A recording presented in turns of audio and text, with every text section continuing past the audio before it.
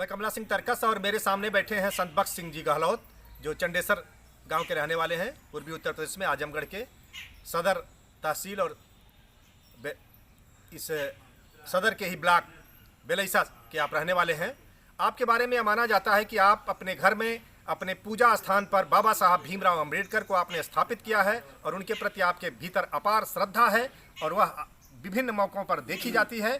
तो आज हम जानना चाहते हैं कि बाबा साहब के प्रति आपके मन में यह अपार आस्था, अपार सम्मान कैसे हुआ, इसके पीछे क्या कथाक्रम है और उनसे आपको क्या प्रेरणा मिली और नौजवानों को आप कैसे उनके साथ को रिलेट करते हुए, जोड़ते हुए हमसे क्या कहना चाहेंगे कि बाबा साहब से हम क्या सीख सकते हैं और उनके सपनों का भारत कैसा बन सकता है।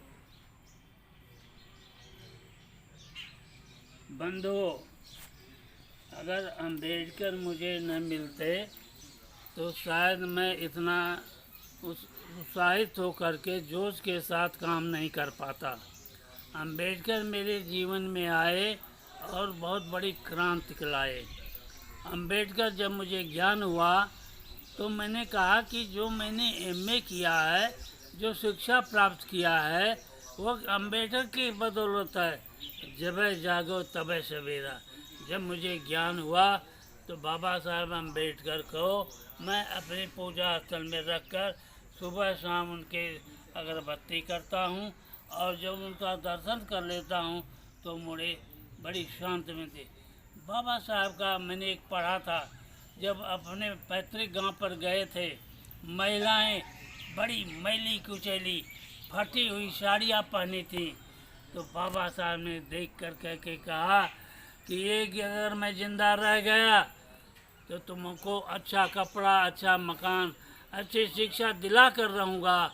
और आज बाबा साहब का सपना सच हो गया कि आज दलित महिलाएं, चाहे किसी जात की महिलाएं हों, अच्छा कपड़ा पहन रही हैं, अच्छी शिक्षा पा रही है, महिलाएं आगे बढ़ रही है।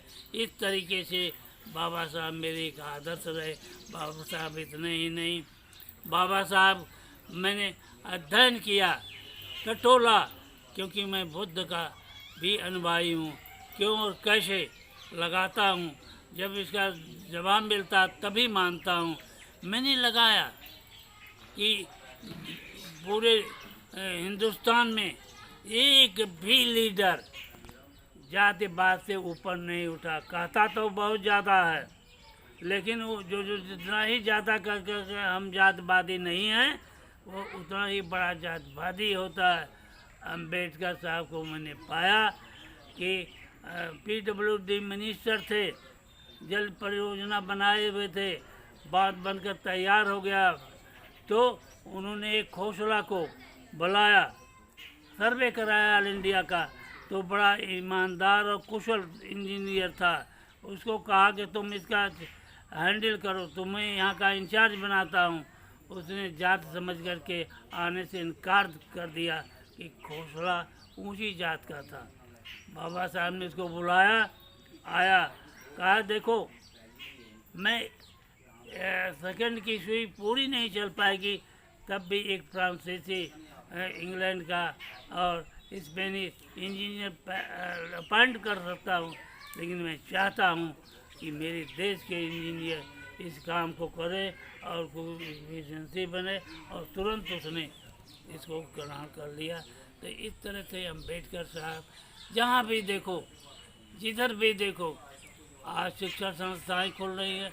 आज बाबा साहब के संविधान पर हमला हो रहा है। जिन जातियों ने ज़्यादा लाभ लिया आज सोई हुई है, लेकिन नौजवान में अब धीरे धीरे जोश आ रहा है। वो नौजवान जिस दिन उठ खड़े होंगे और उठ खड़े हुए हैं, संविधान की रक्षा करेंगे। इस दिशा में एक व्यक्ति को मैं जानता हूँ जो उच्च शिक्षित हुआ है, कन्हैया, डॉक्टर कन्हैया, एक लड़का जो अभी यूनिवर्सिटी से निकला है। इतनी ऊर्जा उसके में अंदर है। कैसे है वो ऊर्जा? क्योंकि उसका आदर नेल्सन मंडेला था।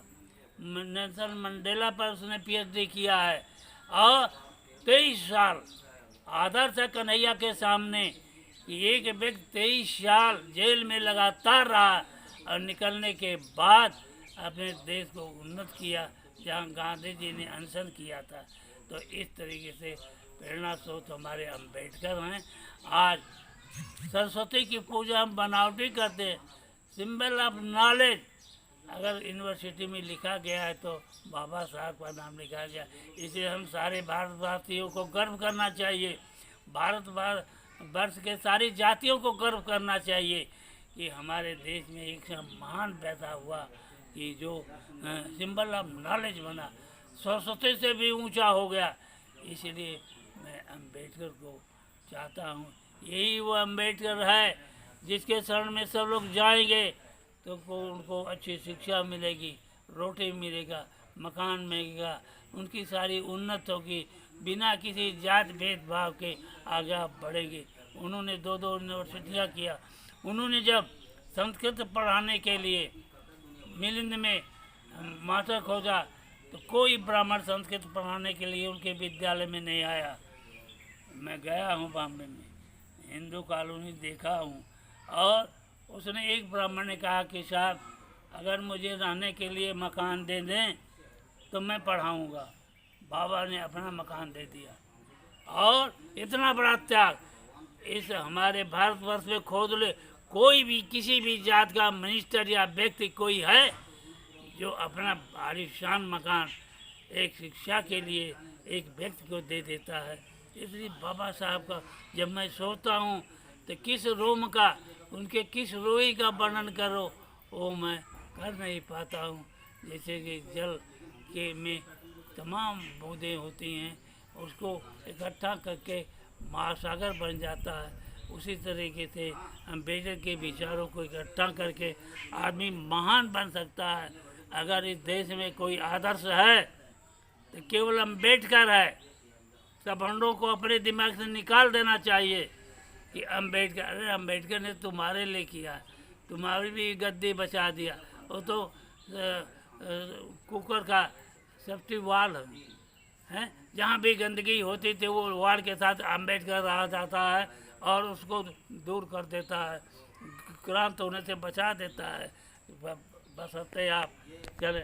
आज मैं पढ़ा हूँ, मैं इंटर तक गया हूँ बिना जूते का, जबकि मैं क्षत्रिय था, ठाकुर था।